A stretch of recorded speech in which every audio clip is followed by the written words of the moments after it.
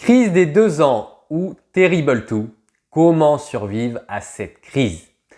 Peut-être qu'aujourd'hui, ça y est, votre enfant commence à vous dire non, il commence à être en opposition avec vous, vous voulez qu'il mange, il vous dit non, vous voulez qu'il s'habille, il vous dit non, ça y est, il vous fait des noms à toutes les sauces et vous êtes clairement dans cette période redoutée et redoutable des 2 ans, du Terrible 2.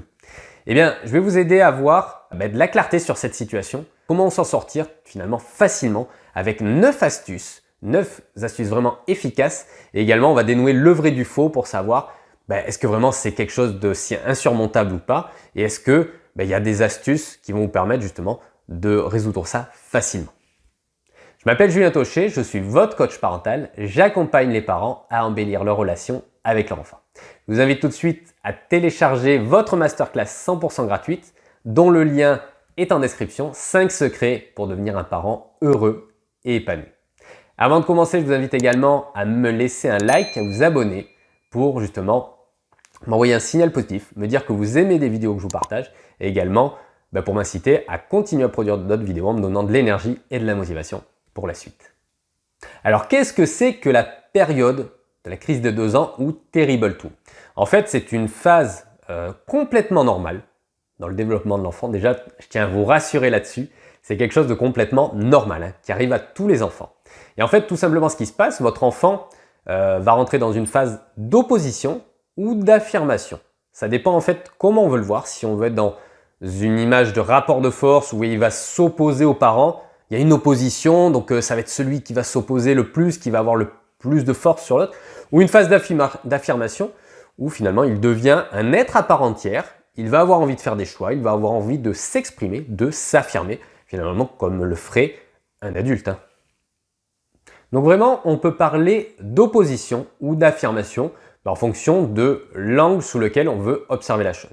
Alors comment expliquer que votre enfant fait cette crise des 2 ans? En fait, il sort du prolongement de ses parents. C'est-à-dire que, par exemple, quand vous donnez à manger à votre enfant, il va ouvrir la bouche quand vous approchez. Alors que là, ce qui va se passer, quand vous approchez la cuillère, il va dire « Non, non, non, non, j'en veux pas ». Il fait un choix finalement. Il dit « Non, je veux pas goûter, j'ai pas envie ». Et il y a un moment où il va peut-être dire « Ah, mais finalement, j'ai peut-être envie de goûter ». Mais il y a cette phase d'opposition où il va dire « Non, j'ai pas envie de goûter ». Il va faire des choix. Et il fait pas ça pour vous embêter. Il fait ça parce qu'en fait, il prend conscience de lui, il dit « Bah non, ça j'ai pas envie, ça j'ai envie ». Et il fait ses choix. En fait, ce qu'il ne pouvait pas vous dire avant, quand il était petit, parce que finalement, avant vous l'habillez, vous faisiez finalement ce que vous vouliez quand vous vouliez. Là, maintenant, il est en mesure de vous dire non. Et donc, il va vous dire non quand il n'a pas envie de faire cette chose que vous aimeriez qu'il fasse, par exemple. En fait, il veut essayer les choses. Il veut voir qu'est-ce qui se passe, les conséquences. Et en fait, il va vous dire non tout simplement parce qu'en fait, il vous a entendu dire non plusieurs fois. Il sait ce que ça veut dire. Et donc, il va vous dire la même chose pour que justement, vous compreniez que lui, il veut faire ses choix. Il a envie d'exprimer son identité d'enfant, de bébé, comme quoi il a envie de faire ça. Donc je vais vous présenter maintenant les 9 astuces pour sortir de cette période des 2 ans, de cette période de la crise du Terrible 2. La première astuce, ça va être de ne pas dire non. Ça va être le jeu du ni oui ni non, c'est-à-dire vous allez éviter, abolir ce mot non de votre langage.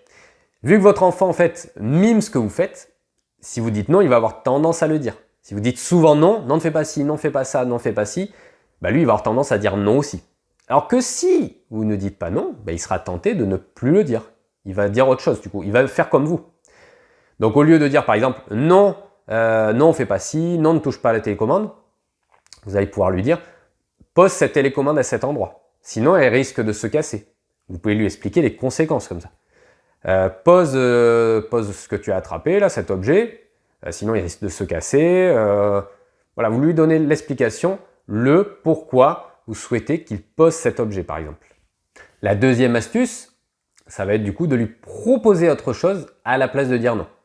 Ça va être par exemple, tiens je te donne la petite camionnette rouge, à la place il a la télécommande en main, au lieu de lui dire non ne touche pas à cette télécommande, vous lui dites tiens regarde t'as vu cette camionnette rouge, wow elle est super. Et vous pouvez faire ça avec des objets que vous savez qu'il aime bien.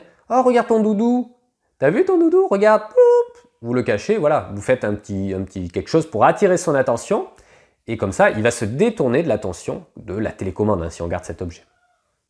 La troisième astuce, ça va être de mettre hors de portée tous les objets qu'il risque d'attraper.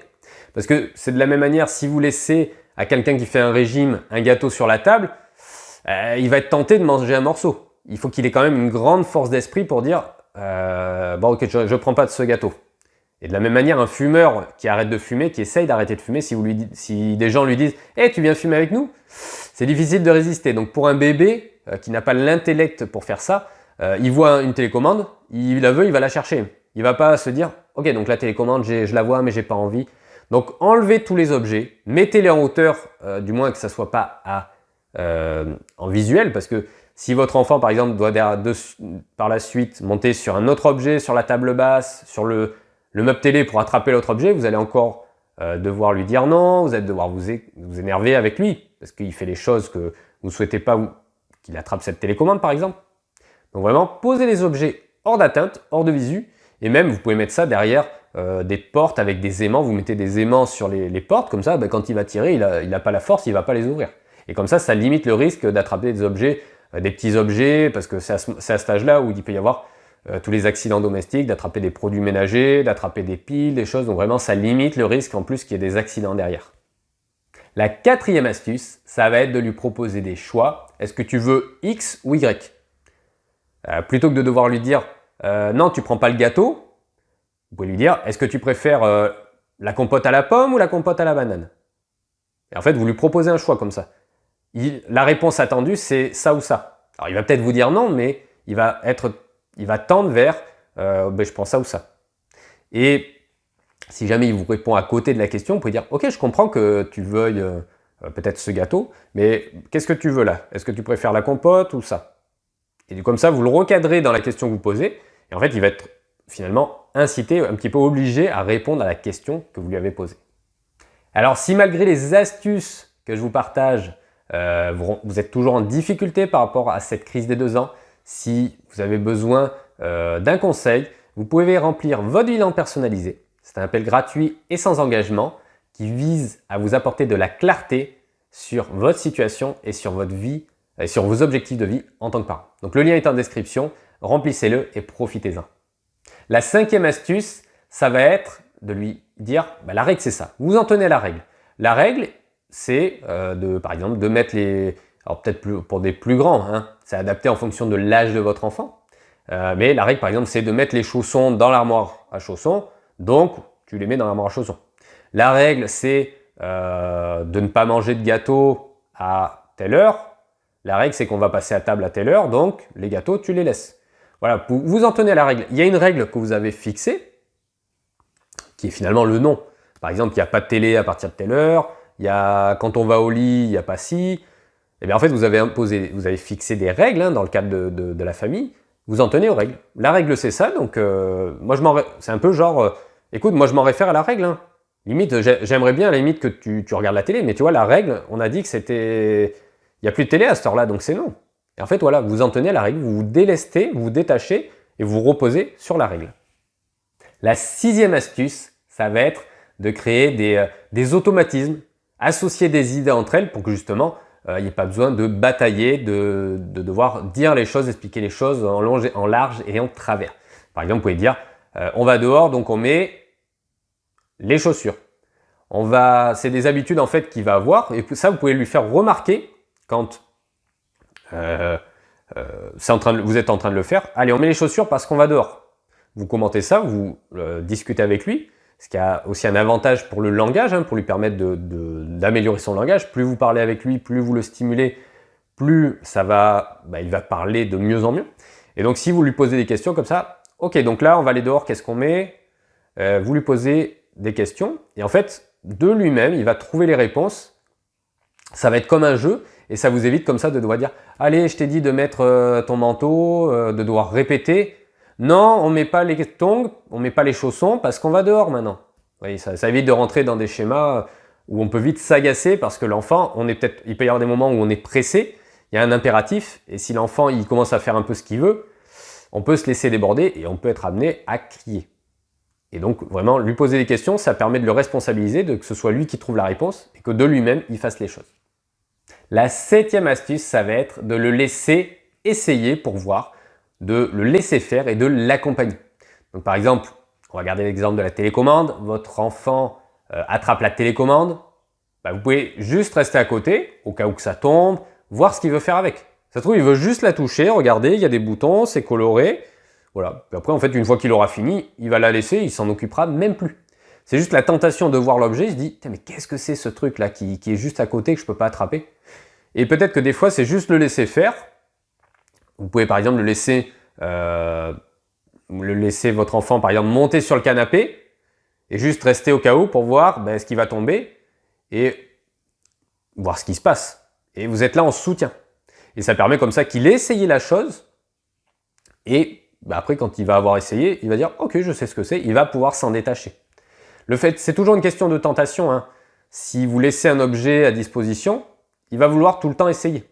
Et c'est pas parce que votre enfant, par exemple, il va monter sur le canapé, se mettre debout en équilibre, qu'il va refaire derrière. Parce que dans tous les cas, il aurait peut-être gardé cette envie de monter sur le canapé, qu'il monte ou pas, donc il serait monté à un moment ou un autre, mais vaut mieux qu'à ce moment-là, il le fasse avec vous. Vous êtes en appui, en soutien, au cas où qu'il tombe, et vous pouvez prévenir un accident plus grave. La 8e astuce, ça va être de dire juste un ou deux mots. Plutôt que de vous lancer dans des grandes phrases, allez, tu mets tes chaussures parce que on va aller dehors et il fait froid, il faut avoir les pieds, machin, ou vous allez pouvoir avoir de l'agacement au bout d'un moment. Mais vous pouvez juste dire chaussures. Vous pouvez juste dire le mot ou mets tes chaussures, les chaussures. Vous pouvez dire un mot qui va faire que l'enfant, il n'y a pas besoin d'expliquer 50 fois les choses ou de faire des longues phrases. Donc, vous pouvez juste vous en tenir à dire le mot-clé finalement. La télé, la lumière, et finalement, ça va rappeler, ah oui, pour un enfant plus grand, au lieu de répéter les choses par exemple, ah oui, tiens, oui, la lumière, c'est vrai, il fallait que j'éteigne la lumière. Et l'enfant, pour un plus petit bébé, ça va permettre comme ça, tout de suite de dire, ok, chaussures. Parce que si vous faites une phrase hyper complexe, il peut se perdre dans les mots, il va se dire, mais qu'est-ce que je dois faire, les chaussures? Alors si vous dites juste le mot, il va partir direct sur ce que vous lui demandez. Et la 9e astuce, je dirais une astuce secrète, ça va être de comprendre les besoins de votre enfant. Parce que finalement, quand vous dites non, quand votre enfant fait quelque chose, il fait les choses parce qu'il a envie, parce qu'il a un besoin. Et le but, c'est de comprendre les besoins. Pourquoi il fait ça? Pourquoi est-ce qu'il veut grimper sur ce meuble? Pourquoi il veut attraper la télécommande? Et si vous comprenez les besoins, en fait, vous comprenez qu'est-ce que veut votre enfant et vous pouvez comme ça agir avec lui. Peut-être qu'il veut la télécommande juste pour la toucher, peut-être qu'il veut la télécommande pour la jeter par terre, peut-être qu'il veut juste la regarder en fait. Et le truc, c'est si vous ne savez pas ce qu'il veut faire avec, vous allez des fois lui dire non, alors que vous n'avez même pas compris en fait ce qu'il voulait faire. Donc vraiment, cherchez à comprendre ce qu'il y a derrière le besoin de l'enfant, ce qu'il y a derrière cette volonté de faire telle chose. Donc vraiment, c'est une compétence que je vous invite à développer parce qu'en fait, là, c'est juste le début. Votre enfant, il vous dit non aujourd'hui, mais en fait, il va vous dire non jusqu'à la fin de son adolescence. Il va vous dire non à d'autres moments. Moi, j'ai ma fille qui a 4 ans aujourd'hui qui me dit non. Et donc, le non, vous allez en avoir tout le temps. Donc vraiment, développer cette qualité, cette compétence d'empathie, de comprendre qu'est-ce que veut votre enfant, ça va vraiment vous servir sur le long terme. D'ailleurs, si vous souhaitez, on peut en parler lors d'un appel pour voir qu'est-ce qui pourrait débloquer votre situation. Donc, le lien est en description, comme je vous disais tout à l'heure. Mais vraiment, là, être parent, c'est pas forcément facile et il n'y a pas de mode d'emploi. Vraiment, c'est en fonction de vous, en fonction de votre enfant, de votre situation. Et c'est un juste équilibre entre ne pas être trop laxiste, ne pas trop laisser faire pour satisfaire les besoins de l'enfant, ne pas être trop autoritaire où justement on met trop de cadres, on ferme l'enfant et justement peut-être que plus tard, comme il a eu trop de cadres aujourd'hui, dans quelques années, ça va être la fiesta parce que justement, il va se libérer et ça va être vraiment trouver un juste équilibre entre assouvir ses besoins d'adulte, assouvir les besoins d'enfant et que tout le monde soit en harmonie dans la même famille.